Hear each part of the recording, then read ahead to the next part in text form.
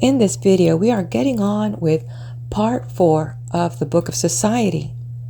If you're new to my channel, welcome. I am Daisy, your hostess, and you are in my book playlist. We have been going through the Book of Life, written by Upton Sinclair and published in 1921 by the Payne Book Company out of Chicago. If you're new to my channel and would like to catch up on the previous chapters, I invite you to check out the book playlist and grab the previous chapters. If you're ready to move on to the next chapters, please do go to the description and hit that timestamp. Otherwise, hang out here for about a minute as I share my narrator's comments. And here, the author tried to express much of what he believes is some of the changes coming in different industries and how we can prepare for it. And then he talked about how shall the workers, deal with all these changes, and talked about confiscation or compensation. The author, as it seems, is dreaming on of this utopian society where everyone really cares for the interest of all. I believe that industry has changed a lot in the last 100 years. I mean, the industry that we see right now is headed more towards that nanotechnology. In all the areas, it has evolved where it is being applied in medicine, food, and cosmetics, as well as agriculture. But it seems that we're now in a different era where there are a lot of issues, and we're also in what I call the information era, the industry being influenced by how that information is being distributed. As I said, I'm not an economist, but I could tell you that there is a wave coming. I just don't know where that door is going to open and what are those impacts going to be for the human race as we continue to develop. Just remember someone telling me a long time ago, telling me, wherever there's an issue, follow the money and you will find the answers to your questions. If we could only see the human race as one living organism and the important value of every human being that contributes to the quality of the race. From our artist to our scientist, there is value in each one of us. As you can sense, I am frustrated with this part of the book because I'm not sure that a playbook has been written regarding greed and power. Well, let's move on to the next chapter, which is Expropriating the Expropriators. Discusses the dictatorship of the proletariat and its chances for success in the United States. I am aware that the suggestion of paying for the industries we socialize will sound tame and uninspiring to a lot of ardent young radicals of my acquaintance. They will shake their heads sadly and say that I am getting middle-aged and tired. We have seen in Russia and Hungary and other places so many illustrations of the quick and easy way to expropriate the expropriators that now there is in every country a considerable group of radicals who will adhere to no program less picturesque than barricades and councils of action. In considering this question, I set aside all considerations of abstract right or wrong, the justification for violence in the overthrow of capitalist society. I put the question on the basis of cash, pure and simple. It will cost a certain amount of money to buy out the owners, and that money will have to be paid, as it is paid at present, out of the labor of the useful workers.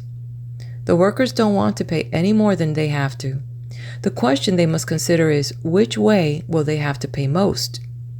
The advocates of the dictatorship of the proletariat are lured by the delightful prospect of not having to pay anything. And if that were really possible, it would undoubtedly be the better way. But we have to consider this question. Is the program of not having to pay anything a reality, or is it only a dream?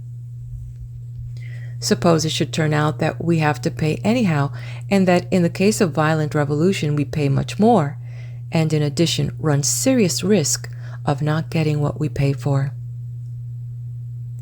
Here are enormous industries running at full blast, and it is proposed that some morning the workers shall rise up and seize them and turn out the owners and managers and run the industries themselves. Will anybody maintain that this can be done without stopping production in those factories for a single day?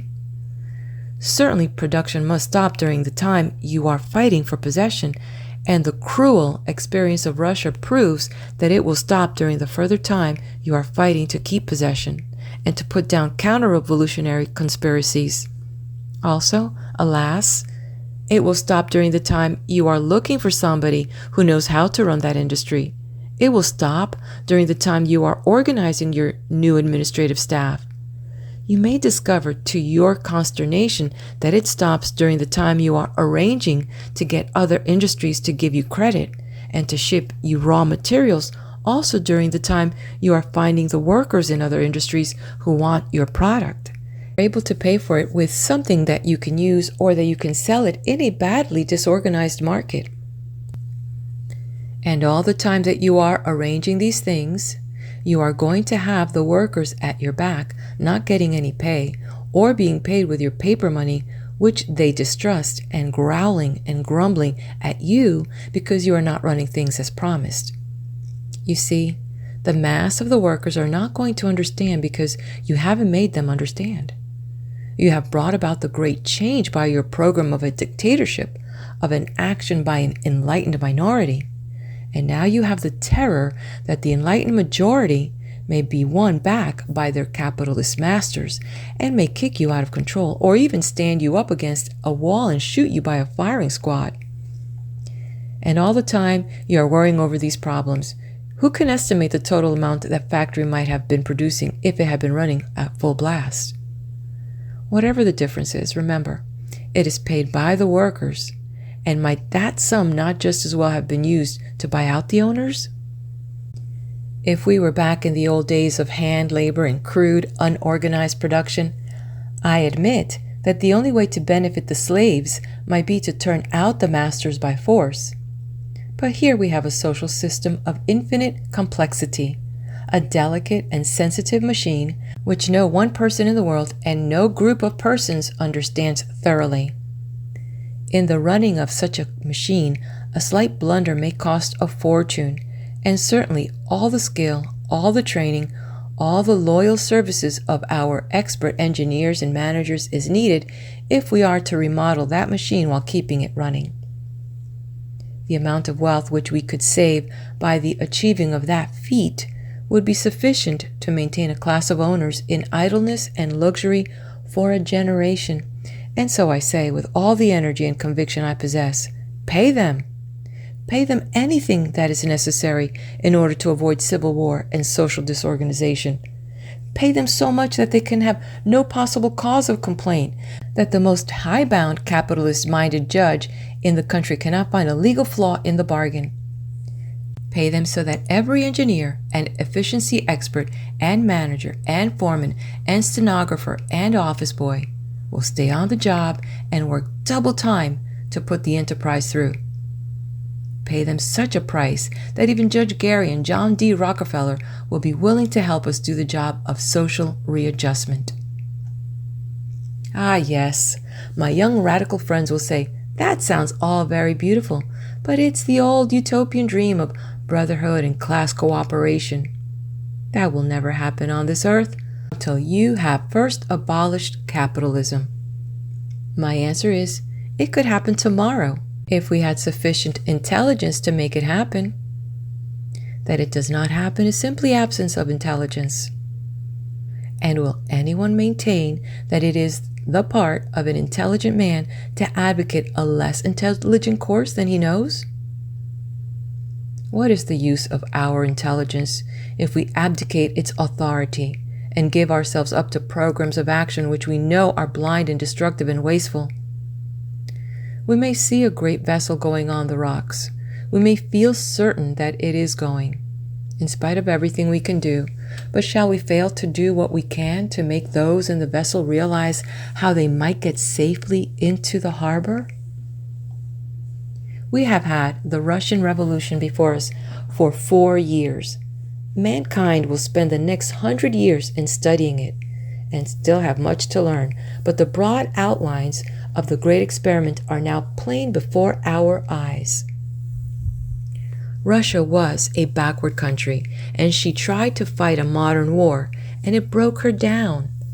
She had practically no middle class, and her ruling class was rotten, and so the revolutionists had their chance, and they seized it.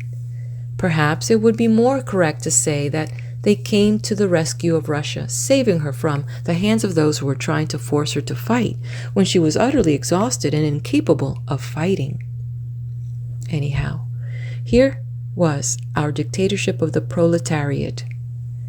It turned out all the executive experts, or nearly all of them, because they were tainted with the capitalist psychology, and then straightway it had to call them back and make terms with them because industry could not be run without them.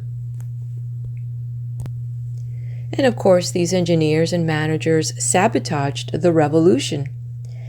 Every non-proletarian sabotaged it, both inside Russia and outside. You denounced this and protested against this, but all the same, it happened. It was human nature that it should happen. And it is one of the things you have to count on in any and every country where you attempt a social revolution by minority action.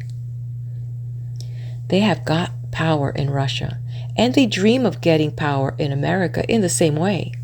But there is no such disorganization in our country as there was in Russia, and it would take a generation of civil strife to bring us to such a condition. We have a middle class, powerful, thoroughly organized, and thoroughly conscious. Moreover, this class has ideals of majority rule, which are bred in its very bones. And while they have never realized these ideals, they think they have, and they are prepared to fight to the last gasp in that belief. All that the leaders of Moscow have to do is to bring about an attempt of forcible revolution, and they will discover in American society sufficient power of organization and of brutal action to put their movement out of business for a generation. 100 years ago, we had chattel slavery firmly fixed as the industrial system of one half of these United States. To far-seeing statesmen, it was manifest that chattel slavery was a wasteful system and that it could not exist in competition with free labor. There was a great American, Henry Clay, who came forward with a proposition that the people of the United States, through their government, should raise the money, about $1 billion, and compensate the owners of all the slaves and set them free. For most of his lifetime, Henry Clay pleaded for that plan. But the masters of the South were making money fast. They knew how to handle the Negro as a slave. They could not imagine handling him as a free laborer, and they would not hear to the plan. On the other side of Mason and Dixon's line were fanatical men of principle who said that slavery was wrong, and that was the end of it. There is a stanza by Emerson discussing this question of confiscation versus compensation. Pay ransom to the owner and fill the bag to the brim. Who is the owner? The slave is owner and ever was. Pay him. This, you see, is magnificent utterance, but as economic philosophy, it is reckless and unsound. The abolitionist of North took up this poem, and the slave power of the South answered with a battle song.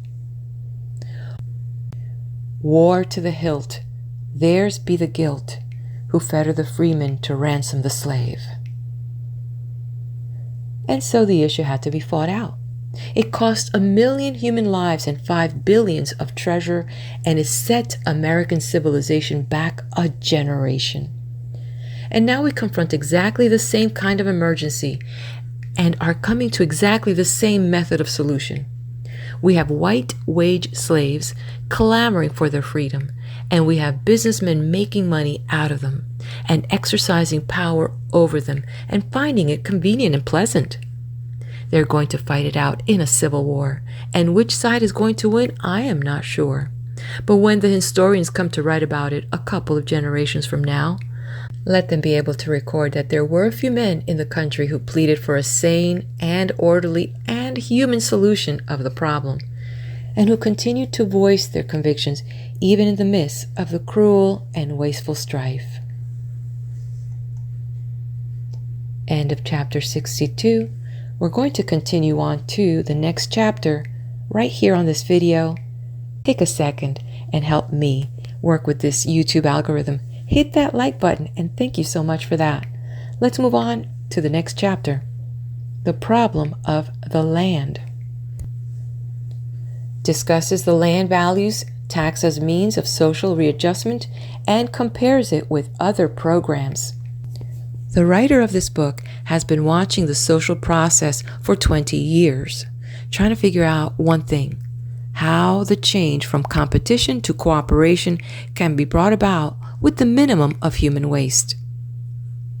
He has come to realize that the first step is a mental one, to get the people to want the change. That means that the program must be simple so that the masses can understand it. As a social engineer, you might work out a perfect plan, but find yourself helpless because it was hard to explain. As illustration of what I mean, I cite the single tax, a theory which has a considerable hold in America, but which politically has been utterly ineffective. A few years ago, a devoted enthusiast in Southern California, Luke North, started what he called the Great Adventure to set free the idle land. In the campaign of 1918, I gave my help to this movement, and when it failed, I went back and took stock and revised my conclusions concerning the single tax. Theoretically, the movement has a considerable percentage of right on its side. Land, in the sense that single taxers use it, meaning all the natural resources of wealth, is certainly an important basis of exploitation. And if you were to tax land values to the full extent, you would abolish a large portion of privilege. Just how large would be hard to figure. I was perfectly willing to begin with that portion, so I helped with the Great Adventure. But a practical test convinced me that it could never persuade a majority of the people. The single tax proposal is to abolish all taxes except the tax on land values. Then come the association of the bankers and merchants and real estate speculators, crying in outraged horror. What? You propose to let the rich man's stock and bonds go free? You propose to put no tax on his cash in the vaults and on his wife's jewels? You propose to abolish the income tax and the inheritance tax and put all the costs of government on the poor man's lot?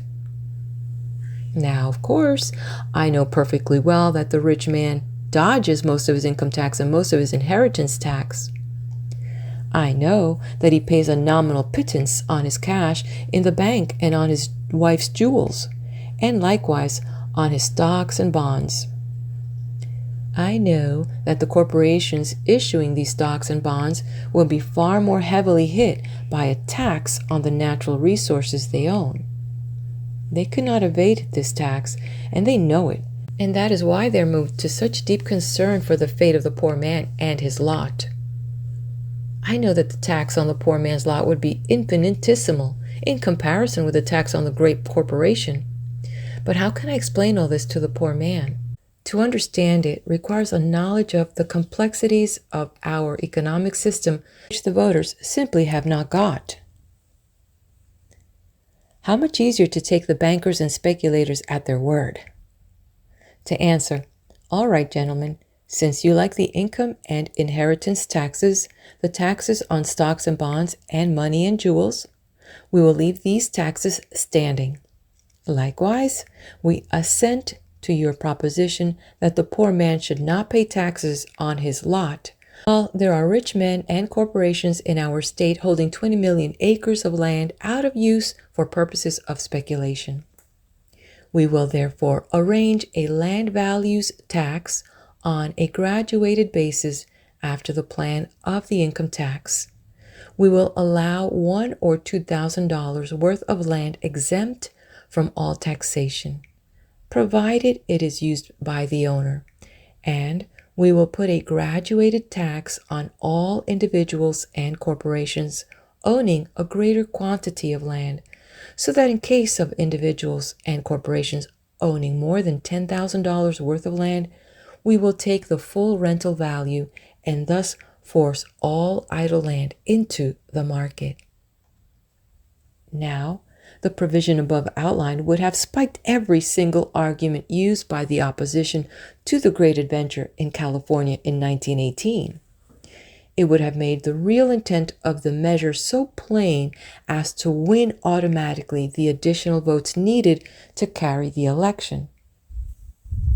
But I tried for 3 years without being able to persuade a single one of the great adventurer leaders to recognize this plain fact. The single taxpayer has his formula, the land values tax and no other tax, and all else is heresy. Actually, the president of a big single tax corporation in the East declared that by the advocacy of my idea, I had betrayed the single tax. We may take this as an illustration of the difference between dogmatism and science in the strategy of the class struggle.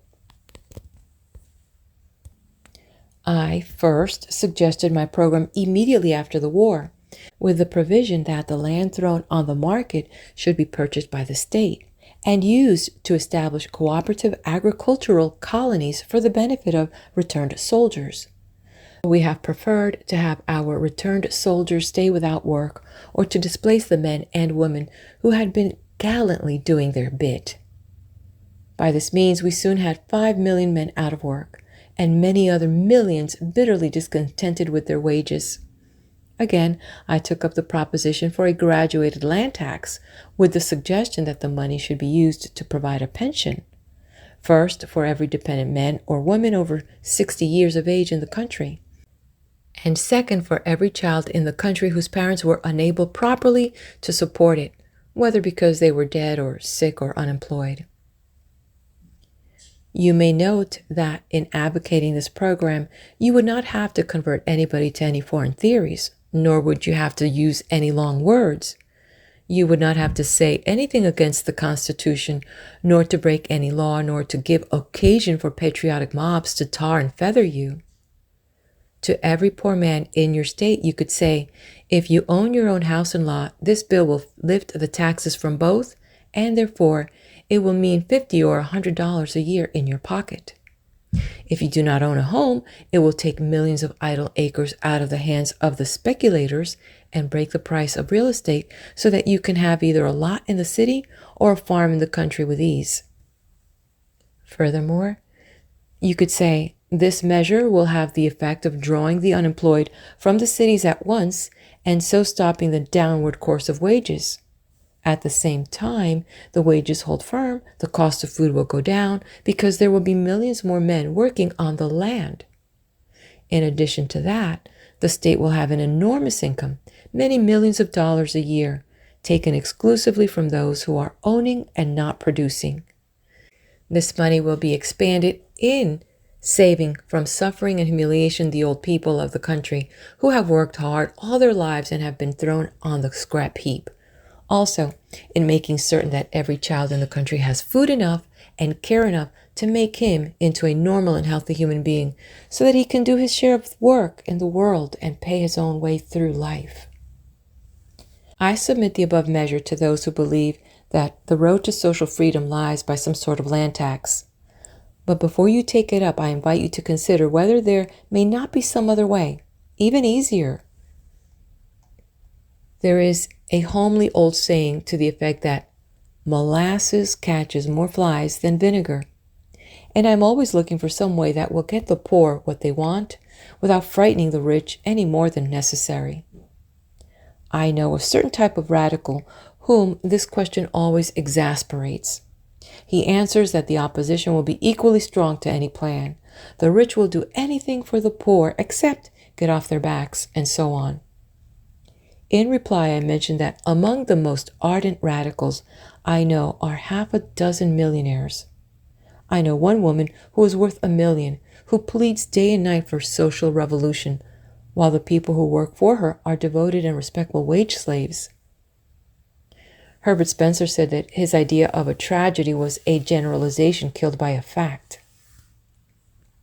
I shall not say that the existence of millionaire socialists and parlor Bolsheviks kills the theory of the class struggle, but I certainly say it compels us to take thought of the rich as well as the poor in planning the strategy of our campaign.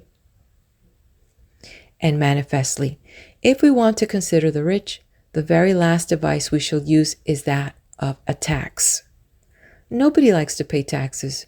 Everybody agrees in classifying taxes with death. Each feels that he is paying more than his share already. Each knows that the government which collects the tax is incompetent or worse. Stop and recall what we have proven about the iron ring, the possibilities of production latent in our society. Realize the bearings of this all-important fact, that we can offer to mankind a social revolution which will make everybody richer instead of making some people poorer. Exactly how to do this is the next thing we have to inquire. End of chapter. All right. I'll meet you at the next video for the next chapter, The Control of Credit.